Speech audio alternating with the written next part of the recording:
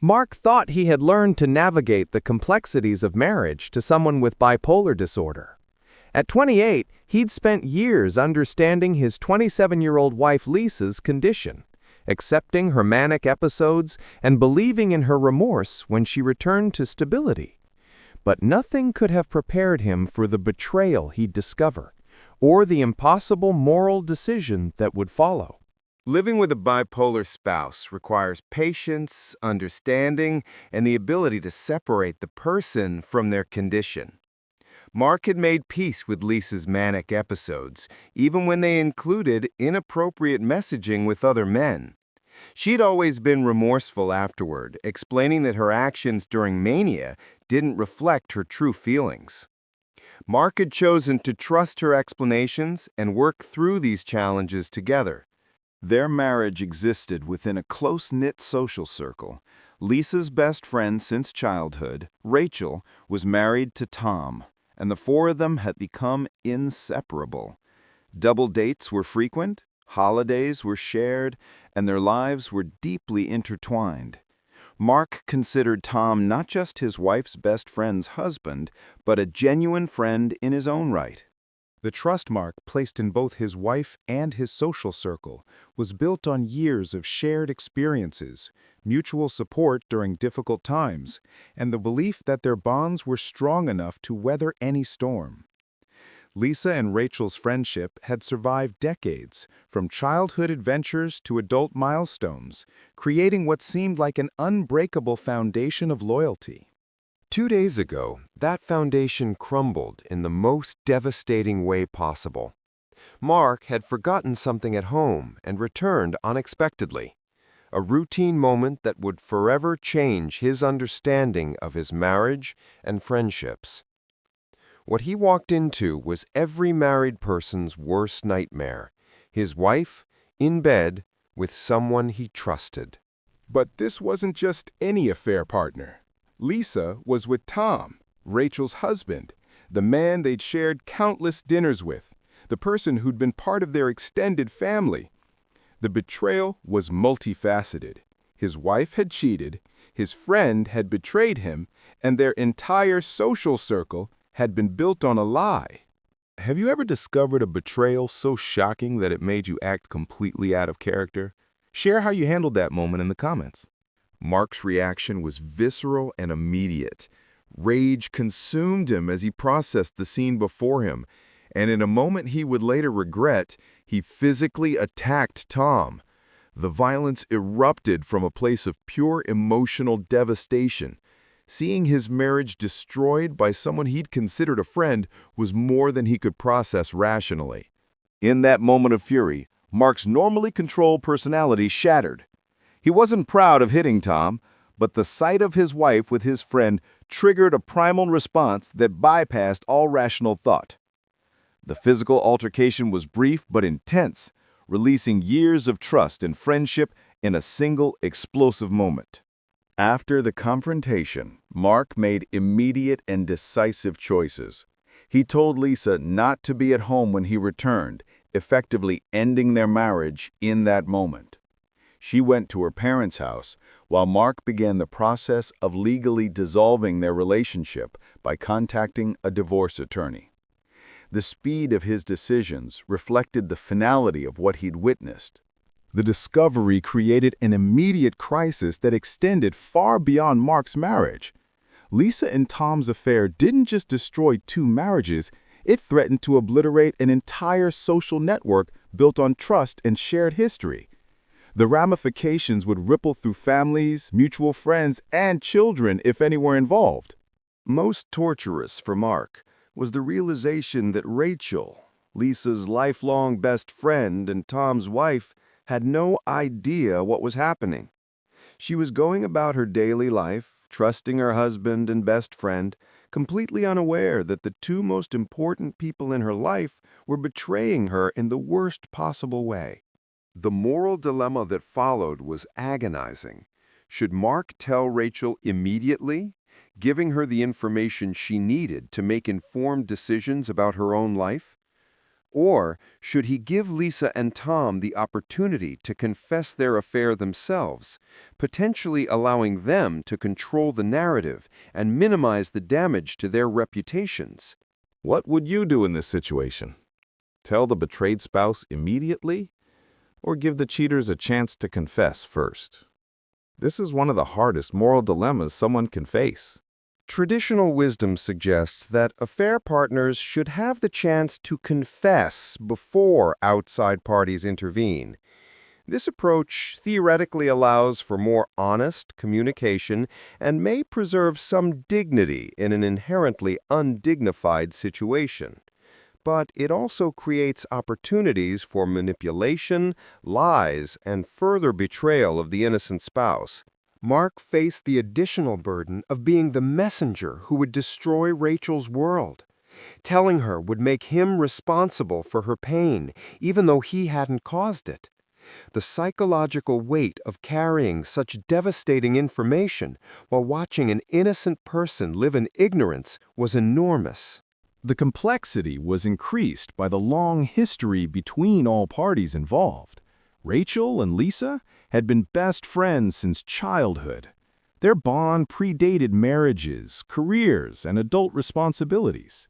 Rachel's discovery would not only end her marriage, but potentially destroy the most important friendship of her life. Research on affair disclosure suggests that betrayed spouses almost universally want to know the truth, even when it's painful. The vast majority report that they're grateful to have been informed, regardless of who delivered the news. Living in ignorance while others know the truth creates a secondary form of victimization. Mark's situation was complicated by his own trauma from walking in on the affair. The visual memory of his wife with Tom was seared into his mind, creating ongoing psychological distress that made rational decision-making more difficult.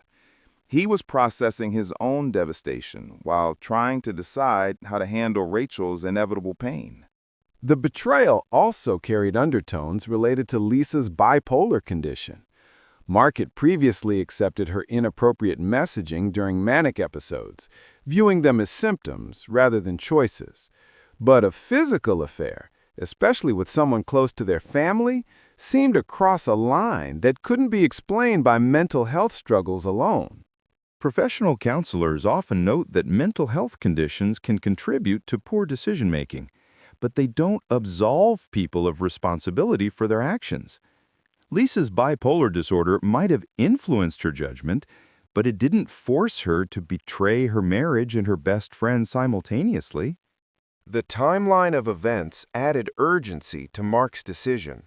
2 days had passed since his discovery, meaning Rachel had been living a lie for 48 hours while Mark struggled with whether to enlighten her. Each day of silence felt like complicity in her deception, yet rushing to tell her also felt like an act of aggression. Mark's internal conflict reflected a broader social question. What obligations do we have to protect others from painful truths? Some argue that knowledge, however painful, is always preferable to ignorance. Others suggest that some truths are so destructive that the messenger becomes partially responsible for the damage they cause. Have you ever had to deliver devastating news to someone you cared about? How did you find the strength to do the right thing even when it caused pain? The decision was made more difficult by the certainty that telling Rachel would end multiple relationships permanently. Her marriage to Tom would likely end, her friendship with Lisa would be destroyed, and their entire social circle would be fractured. Mark had the power to detonate a nuclear bomb in multiple people's lives. But Mark also recognized that not telling Rachel would make him complicit in her ongoing betrayal. Every smile she shared with Lisa, every intimate moment with Tom, every decision she made based on false information about her relationships would be happening while Mark possessed the truth that could free her from deception. After struggling with the moral complexity, Mark ultimately chose to tell Rachel the truth. Her reaction was exactly what he'd feared: devastation, disbelief, and the immediate destruction of her sense of reality. She refused to let Tom return home and began contemplating divorce, just as Mark was doing with Lisa. The aftermath confirmed Mark's worst fears about being the messenger. Rachel's pain was palpable, and he felt responsible for delivering the blow that shattered her world. Even though he knew he'd done the right thing, witnessing her devastation was almost as traumatic as discovering the affair himself. The revelation created a domino effect of destroyed relationships. 2 marriages were ending, a lifelong friendship was over, and their entire social circle was fractured. Mark found himself not just divorced, but essentially friendless, as the affair had contaminated every relationship in their group. Mark's decision to tell everyone he could represented a shift from protecting others to protecting himself. After being betrayed by the people closest to him, he chose transparency over discretion, ensuring that Lisa and Tom's affair became public knowledge rather than a secret that could be managed or minimized. The psychological impact of walking in on the affair continued to haunt Mark. The visual memory of his wife with Tom was intrusive and traumatic, creating ongoing mental distress that complicated his ability to process the end of his marriage rationally. Some betrayals create wounds that extend far beyond the relationship itself. Research suggests that discovering affairs through direct witness, rather than confession or discovery of evidence, creates particularly severe psychological trauma. The brain struggles to process such complete contradiction between expected and actual reality, leading to symptoms similar to post-traumatic stress disorder. Mark's experience highlighted the unique pain of being betrayed by multiple trusted people simultaneously. His wife's infidelity was devastating enough, but having it be with someone he considered a friend created layers of betrayal that were almost impossible to process. The violation extended beyond his marriage to his entire understanding of trust and loyalty. The situation also demonstrated how affairs rippled through social networks, destroying not just marriages, but entire communities of relationships.